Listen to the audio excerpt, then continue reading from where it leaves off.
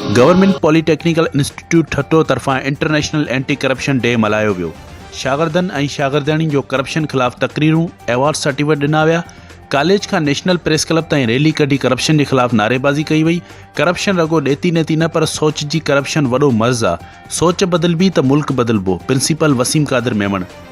ख़बर मूजिब international anti corruption day के मौके ते सिंध टेक्निकल एजुकेशन अथॉरिटी तरफां पूरो हफ़्तो कॉलेजिस में तकरीबूं कोठाइण जो ऐलान बाद गवर्नमेंट पॉलीटेक्निकल इंस्टीट्यूट ठट्टो मकली तरफां प्रिंसिपल इंजीनियर वसीम कादिर मेमण की सदारत हेठ एंटी करप्शन डे की तकरीब कॉलेज के ऑडिटोरियम हॉल में मुनक़द थी, जैमें तकरीरी मुकाबलन में civil technology, mechanical technology, DIT के शागिर्दनि वध खां वध हिस्सो वरितो। शागिर्दनि ऐं शागिर्दियाणी की हौसला अफ़ज़ाई के लाइ खेनि एप्रिसिएशन सर्टिफिकेट पिणु ॾिना विया।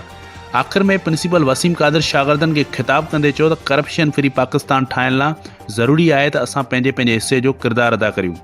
ॿियनि ते आङुरियूं खणण बजाए पंहिंजे हिस्से जो कमु ईमानदारी सां करियूं। हिन चयो त करप्शन रगो पैसे जी ॾेती नेती न पर सोच जी करप्शन बि वॾी बदनवानी आहे। सोच बदिलाईंदासीं त पाण बदिलाईंदासीं।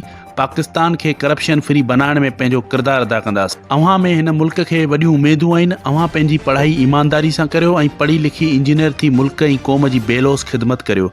तकरीब के आख़िर में शागिर्दनि ऐं उस्तादनि रैली कढी नेशनल प्रेस क्लब आॾो बदनवानी ख़िलाफ़ नारेबाज़ी करे करप्शन फ्री पाकिस्तान जो मुतालबो कयो।